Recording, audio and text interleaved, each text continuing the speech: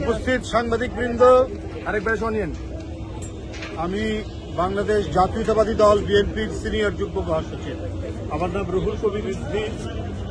আমি তারেকের তার যে রাজনৈতিক দল, কি যেন নাম, আমজনতার দল, তাদের নিবন্ধনের জন্য নির্বাচন কমিশনে নিবন্ধনের জন্য তারা ইতিমধ্যে আবেদন করেছিল। সেই আবেদনটা গ্রাহ্য করা হয়নি। আমি দেখেছি যে আরো গুরুত্বহীন কিছু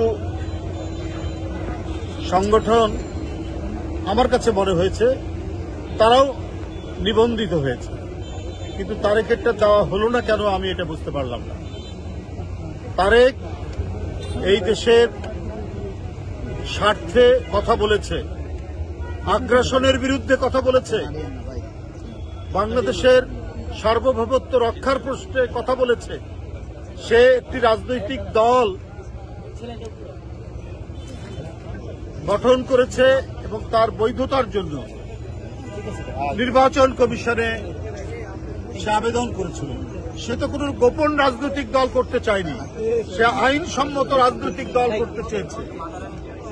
যদি তার উদ্দেশ্য খারাপ থাকতো তাহলে গোপন রাজনৈতিক দল করে রাষ্ট্রবিরোধী অনেক কার্যকলাপ করত, কিন্তু রাষ্ট্রবিরোধী কার্যকলাপ তো করেইনি, বরং রাষ্ট্রের স্বার্থে, দেশের স্বার্থে, স্বাধীনতার স্বার্থে, গণতন্ত্রের স্বার্থে এই নেতা সে কথা বলেছে। আমি দেখেছি সে গলার মধ্যে মোবাইল ঝুলিয়ে আগ্রাসনের বিরুদ্ধে কথা বলেছে, স্বাধীনতার সপক্ষে কথা বলেছে।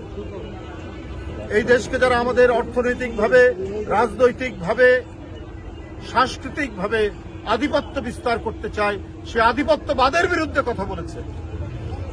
আজকে তার নিবন্ধন দেওয়া হচ্ছে না, তাহলে আপনারা কাদের নিবন্ধন দেবেন?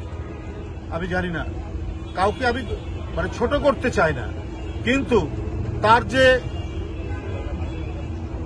চিন্তা এবং রাজনৈতিক তার যে সংগ্রাম এবং কর্মসূচি, সেই অনুযায়ী সে যে রাজনৈতিক দল গঠন করেছে, সেই রাজনৈতিক দলের নিবন্ধন অবশ্যই সেই প্রাপ্য।